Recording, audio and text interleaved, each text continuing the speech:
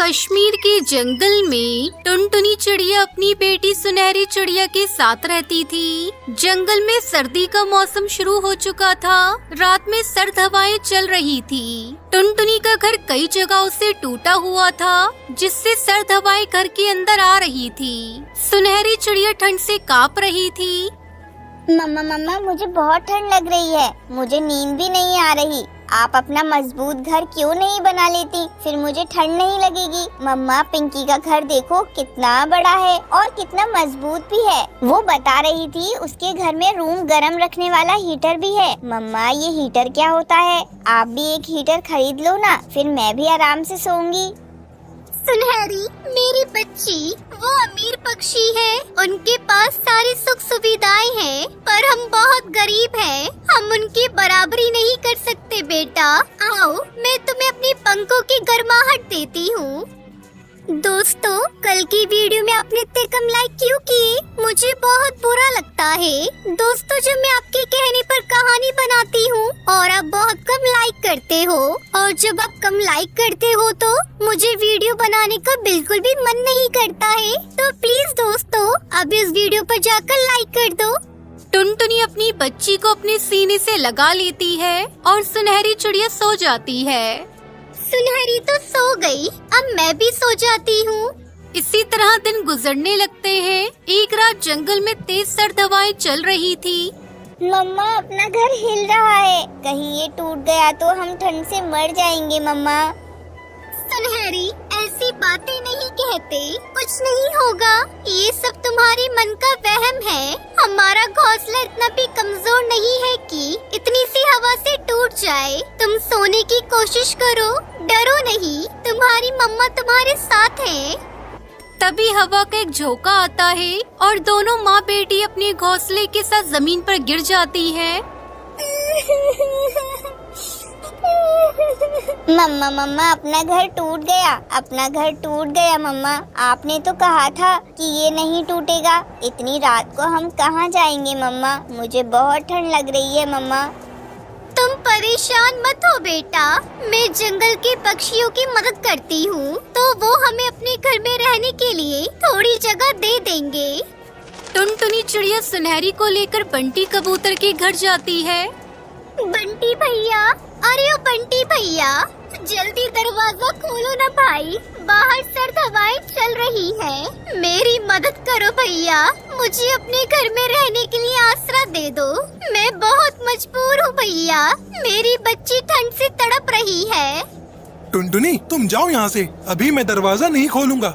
बंटी कबूतर ने टुनटुनी को साफ मना कर दिया। फिर टुनटुनी कालू कौवे के घोंसले में आ जाती है। कालू भैया, ओ कालू भैया, दरवाजा खोलो। टुनटुनी तुम्हें इतनी रात को क्या काम पड़ गया?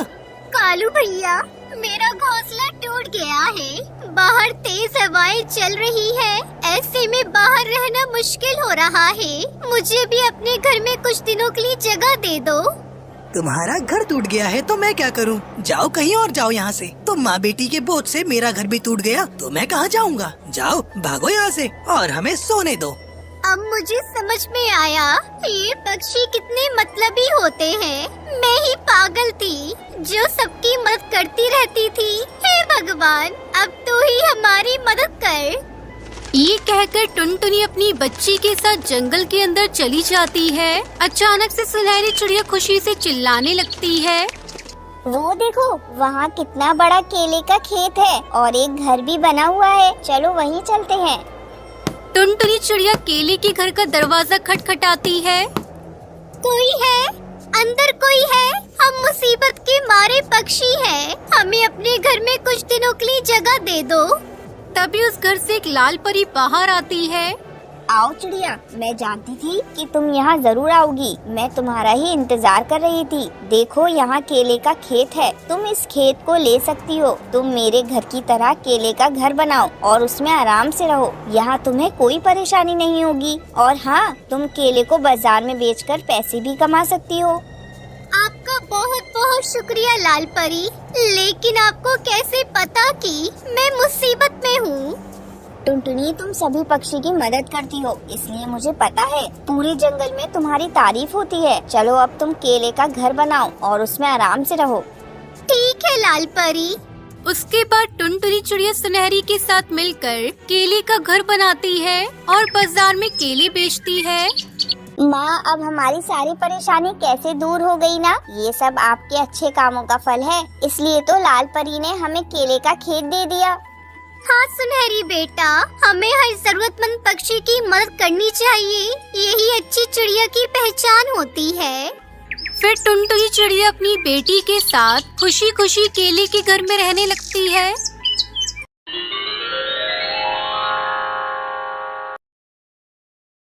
टुनटुनी चिड़िया की सास का नाम सुंदरी कौवी था।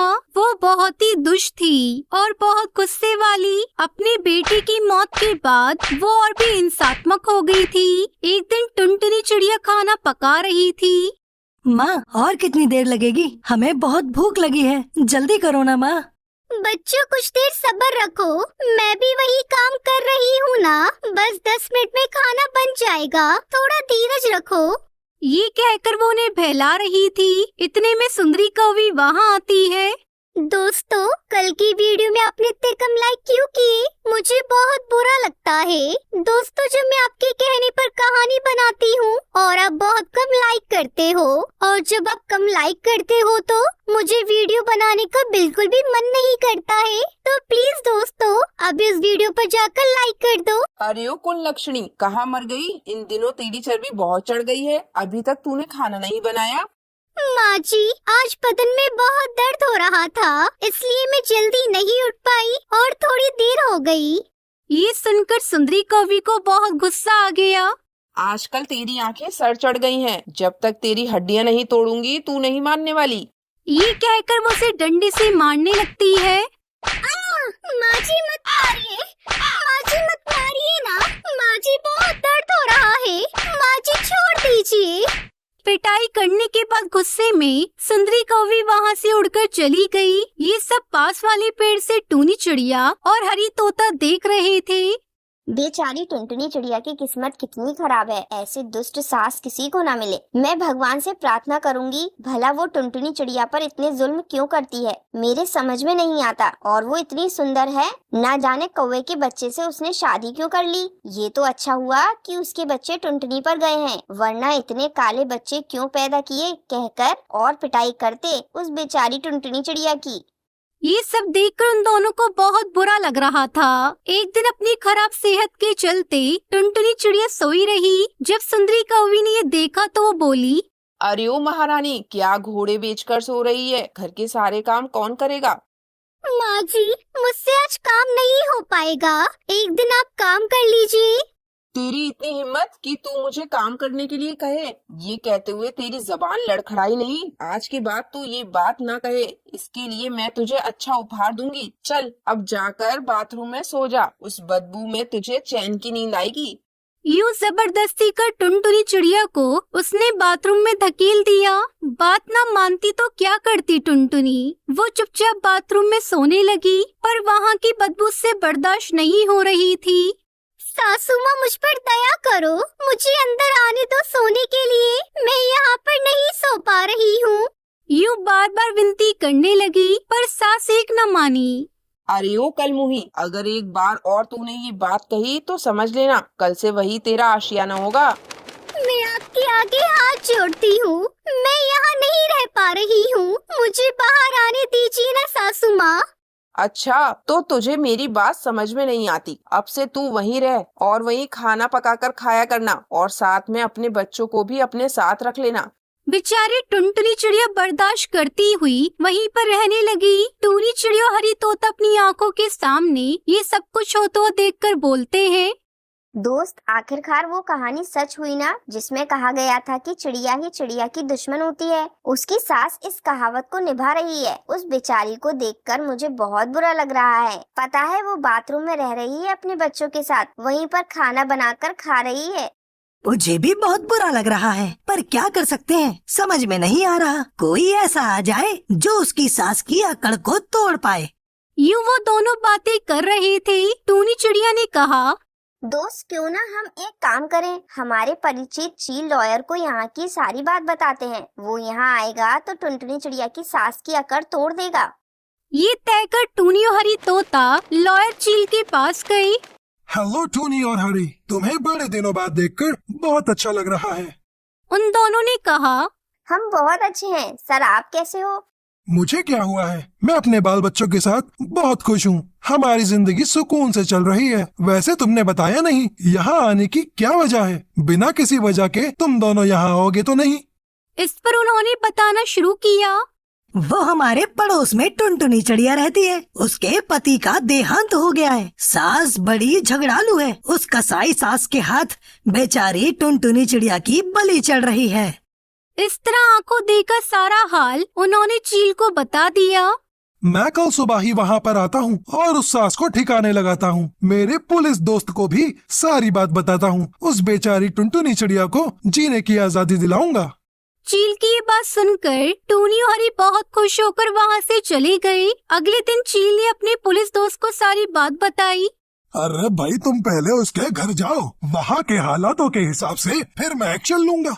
फिर अगले दिन, टुनटुनी, अरे ओ टुनटुनी, कहाँ हो तुम? तुम कौन हो? इस तरह बिन बुलाए घोंसले में कैसे घुसे? मैं टुनटुनी का दोस्त हूँ। कहाँ है वो?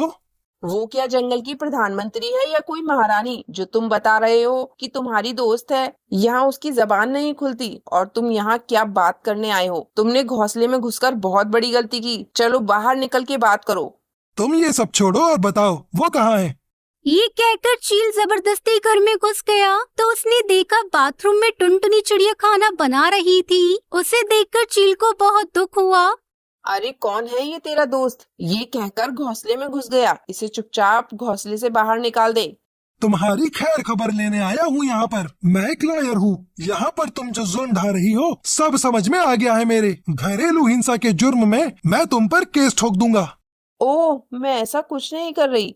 यूं थरथराते हुए कहने लगी। तभी टूनी चिड़िया हरी तोता भी वहाँ पर आ गए। ये सब झूठ कह रही है, इसे तुम सजा दो, ये बहुत अत्याचारी है। इतने में पुलिस अफसर को भी वहाँ आया देख सुंदरी कौवी घबरा गई। आज के बाद तुम्हें बहुत ध्यान से रहना होगा। अगर तुम्हारी बहू के आंखों में आंसू आए तो तुम्हें जेल से कोई नहीं बचा सकता। इस तरह धमकी देकर वो सब चले गए। अब सुंदरी कौवी अपनी बहू को कुछ नहीं कहती और उसके साथ प्यार से रहने लगी थी। ये सब देखकर टूनी हरी तोता बहुत खुश हो जाते हैं। उसकी जिंदगी में खुशहाली लाने पर टुनटुनी चिड़िया पड़ोस में रहने वाले टूनी हरी तोता का आभार मानने लगी।